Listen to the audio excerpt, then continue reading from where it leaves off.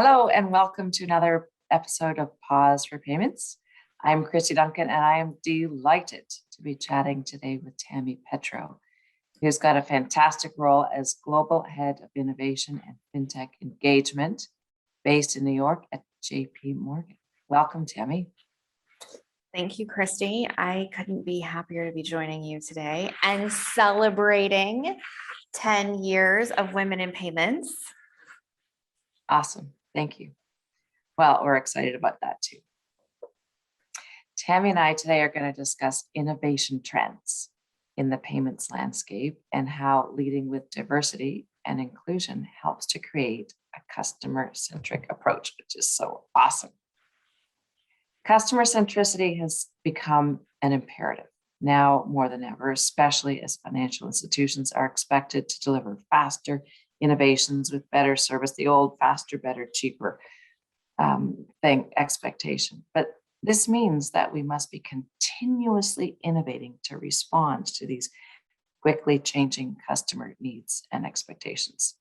So let's get started. Tammy, you've got this awesome role. Can you just tell the audience a little bit about what you do and your role at JP Morgan?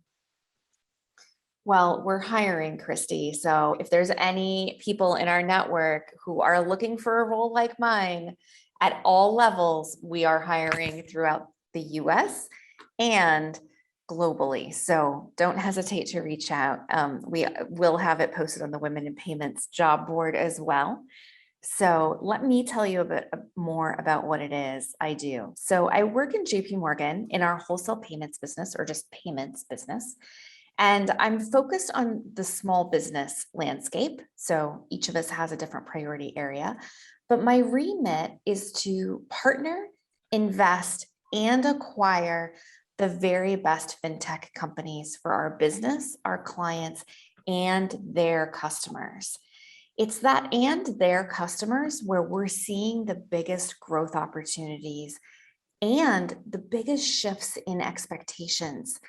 We all have mobile phones in our pockets now, and I can't tell you just how much those expectations have changed even before the last year and a half. So across the landscape, we get to have a very broad view of what's happening, what's changing, staying connected into the entrepreneurial community with our venture capital partners, as well as with some of the leading companies in the world that are pursuing innovation and charting their own courses as they deliver value for their customers.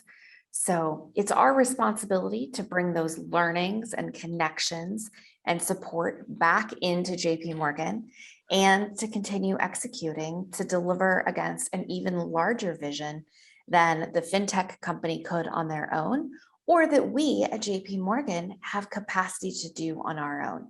So oftentimes, there's always the inevitable question of buy, build, or partner.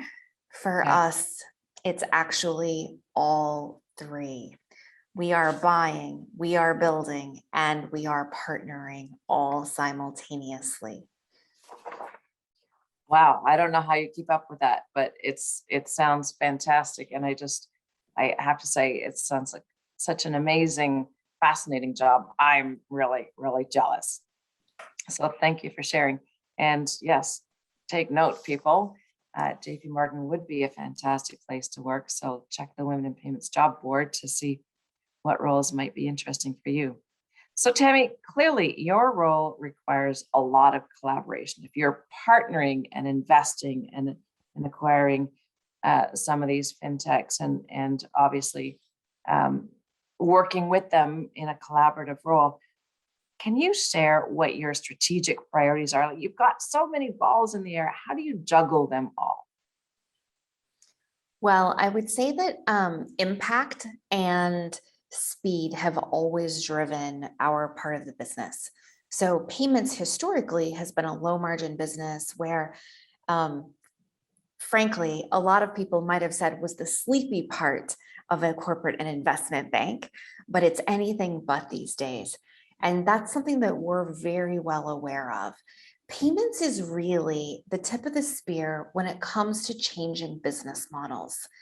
And now more than ever, we're seeing business models changing how businesses are doing business and where they want to deliver value for their customers. So what I would say is that the payments business is now working with our customers to understand, where do we need payments at today and tomorrow? They're all thinking about, how do we enable our business to deliver more, better, faster, to stay connected, and to drive not just acquisition of new customers, but also retention of new customers. And that payments information that oftentimes has gone from the card networks into a payments business through the processors is oftentimes areas that customers don't want to share, or they do want to share on a limited basis. So those expectations are changing dramatically, no matter what industry you're in. We see a lot of shifts in different markets based on data rights and access and usage. And we'll always be customer first.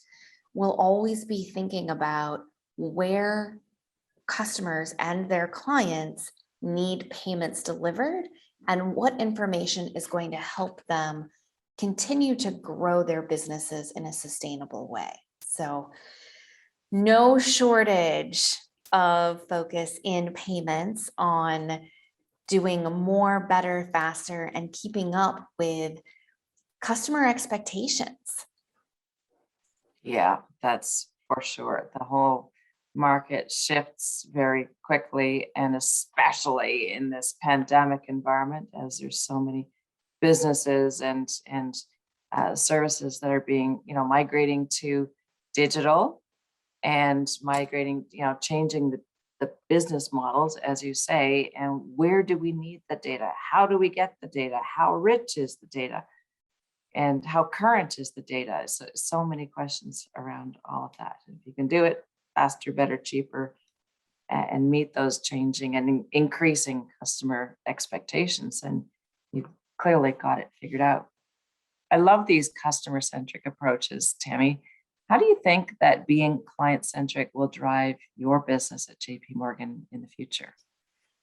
I was lucky enough to start my career in a startup.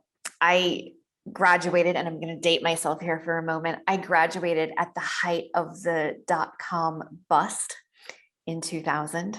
And so when there are no jobs to be had, I started my own company with some of my other engineering colleagues who weren't finding jobs, that had evaporated overnight. And there's a mantra that you learn in a startup, and it's, do things that matter for your clients. And that's something that I try to bring into my role day in and day out in JP Morgan. And it's something that's not lost in our organization. And it's something that, when I was thinking about where I was going to work, was one of my key considerations. Because I think so often when organizations get to a global scale, to being number one in different divisions, they stop paying attention to what's next and where that's moving forward. And so it's the classic innovator's dilemma in so many ways. You start catering so heavily to where your customers are at, or just pushing out new products and services. I would say that it really is that startup mindset of building what matters for your clients that we try to bring back into JP Morgan, and to pay attention to in the long term, because that's what's going to keep us sustainable as a business, rather than, oh, well, we're number one in these categories. That's all that we need to do. It's not all that we need to do. And it's one of the beautiful parts about our organization is that we're not standing still. You may have seen recently, we just completed an acquisition of Volkswagen's payments business, which is an area of particular interest for us. Connected commerce is one of the areas where we're seeing significant shifts in an industry that for a very long time has been delivering and manufacturing vehicles in certain ways. And now they're becoming autonomous, they're connected, they're electric. These are all fantastic things for mobility more broadly, but it changes dramatically what's needed and when payments need to be able to be made. When you think about a car pulling up to a charging station and it's plugging in, that payment that actually goes off of that today would be made either through your mobile phone at the pump or in the gas station, now can be made in the automobile itself at the charging point. The car will know when it's done charging.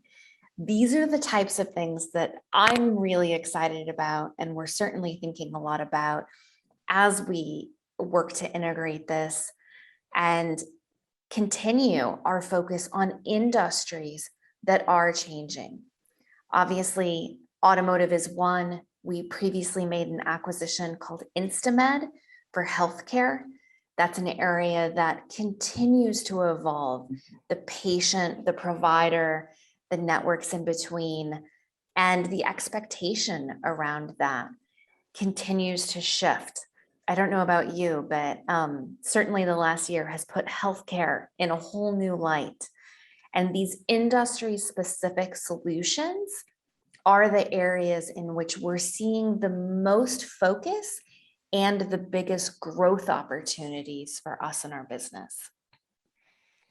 Wow, such a fantastic role you have to support these fantastic technology companies and invest in them and help them to scale around the world.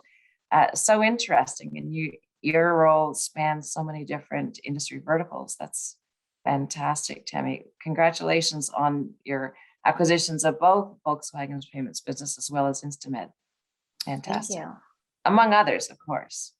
Of course. So with your, broad range view of what's going on innovating in many different markets, are there any bold predictions that you would like to share with our audience? I'm going to tell you about two. And they really are bold in some ways. And I know you and I have talked previously about maybe we're getting to a point where we don't need to have industries and groups that are focused specifically on different underrepresented groups. I'm going to actually tell you that I think that now is absolutely the time in which we're going to continue to see, and it will be the tipping point for the increased diversity in founding teams, as well as the funding of those founding teams. And I want to share a small statistic with you. Last year, only 2.2% of funding went to all female founding teams. Now, that's not to say that there wasn't some great companies out there, but it is to say that that funding isn't equally distributed. And I truly believe that with customer expectations changing as quickly as they are, any degree to which we reduce our ability to see those changes because our own teams aren't diverse themselves, we're going to have massive blind spots. And those blind spots are really easy to avoid. We can hire and we can wire the money. It's super simple. We don't have to rely on the affinity of the networks that have always existed to find new people to join our teams and to find the companies that are working on things that matter for their clients. That's how we're all going to build resilient, sustainable businesses. And I'm calling it 2022 is the tipping point in which funding and founding teams shift in their diversity across the board. ESG has never been a bigger priority for large multinationals, as well as some of the most innovative companies. And I'm frankly delighted to see it. Well, no kidding. It's about time. And, it's never too late for sure.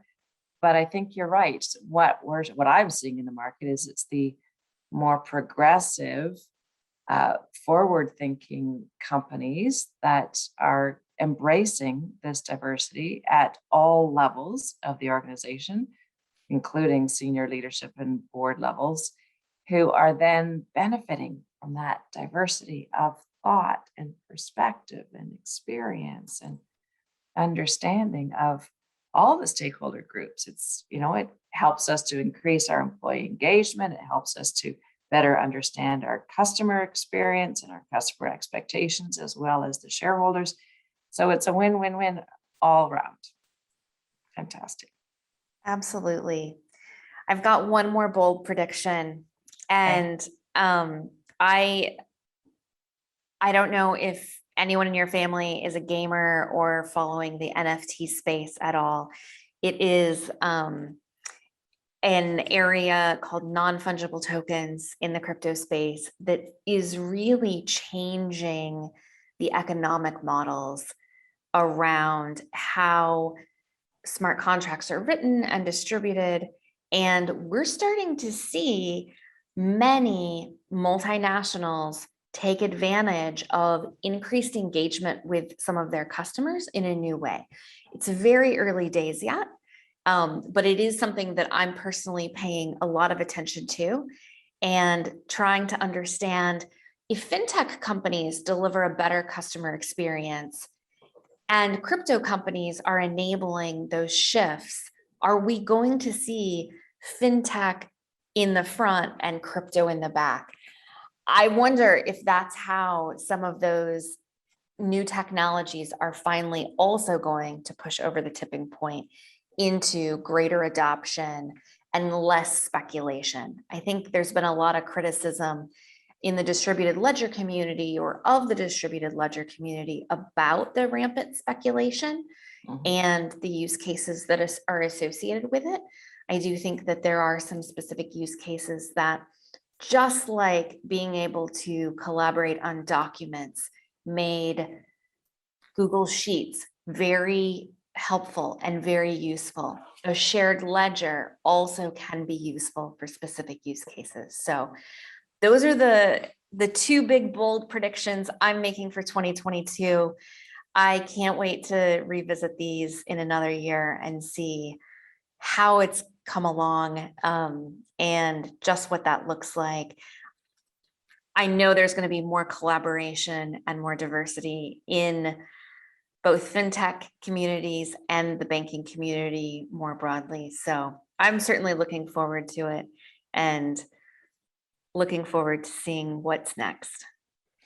Me too. I love those predictions. I love the diversity, obviously, being a diversity proponent myself, but the NFTs, non-fungible tokens, that's going to be something definitely on my radar, looking into it in 2022 and watching to see where it goes. Really, really exciting. And you're right, we're looking at how business models and technology are working together to change our markets going forward. So fascinating. Such a really, really interesting time to be in the industry. Absolutely. Tammy, this has been a fantastic discussion. I'm learning so much. And again, really loving to hear what you do. I want to close with a question that I think our audience is really keen to hear. And it's a question I ask all of our guests on Positive Payments, and that is, if you were to give career advice to any of the rising stars in our audience, what would that look like? Oh, Kristy, there's so many moments that make a career that I personally have been impatient with myself at different points because I wanted to get to the next level or I wanted to do the next thing. I would actually tell myself to enjoy where I'm at and to know when you're being underestimated. And that belief first comes from yourself and knowing yourself really well, to understand like what's written in you, what drives and is meaningful for you. I want every person listening to this to be in the best possible career for them that helps them grow and inspires them to take courageous leaps, because that's how we're going to shift the businesses that we have today into places that we all want to show up to. I think this last year and a half has given us all a chance to pause and reflect on what's important to each of us and what's meaningful. I think some people are still living their zombie lives from before, and we don't have to do that. We can be working in places that inspire and ignite us, that drive meaningful outcomes for us as individuals. And if you're not in that place, please make the switch. Talk to your network. Find out what's out there, because it is now that those changes need to be made. It's not 6 months ago. It's now. So it's a bit of long-winded advice. Well, no, I'm with you on all of those. You're absolutely right. Today is the first day of the rest of your life, and we only have one life to live. And so you're right. We want to, do all three. So enjoy where you are. I remember my grandmother saying to me, because I'd always looking for, I wish it were next week when something was going to happen. And she'd say, stop wishing your life away. Grandma's always knows best. They do. So enjoy where you are. I think you're right. And knowing your value is something that's really, really important. And we as women often don't do that well enough, or do it at all, perhaps. But together with that, doing what's meaningful for us, because everybody has something that drives them, what they're passionate about, what their hidden superpower is. And if we're not in that space, then we're not loving what we're doing. We're not really passionate about it. Yeah. And I mean, work can be inspiring.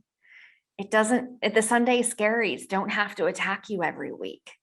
And I'm sure all of us have experienced times where we're like, oh, I've overbooked myself, or there's this on and that on, but it can be inspiring, and it can be stuff that you're excited about doing. So if the Sunday scaries are attacking you, don't be afraid to make the change. Be not afraid. I love that. Thank you so much for sharing your pearls of wisdom, Tammy. This is fantastic. It's been a great discussion. I love your partner invest acquire job. I'm so jealous. It sounds fantastic. So anybody who wants to explore opportunities with Tammy's team or other JP Morgan teams can certainly look to the Women in Payments Talent Board.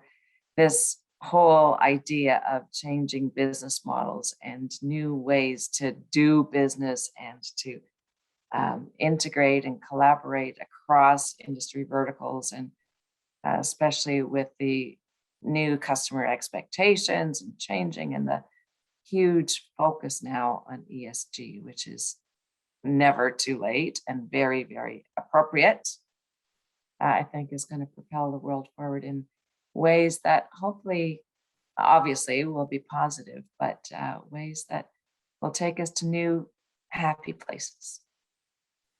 Excellent. Thank you so much for having me, Kristy. It's been a pleasure, and I'm looking forward to another 10 years of Women in Payment. Well, thanks for your support. This has been a great discussion, and I'm going to thank everybody in our audience for listening today, and encourage everyone to join us for the many Positive Payments episodes that we have on our membership site, and share with our members and speak to amazing women who inspire us from around the world of payments. Thank you, Tammy. Most welcome.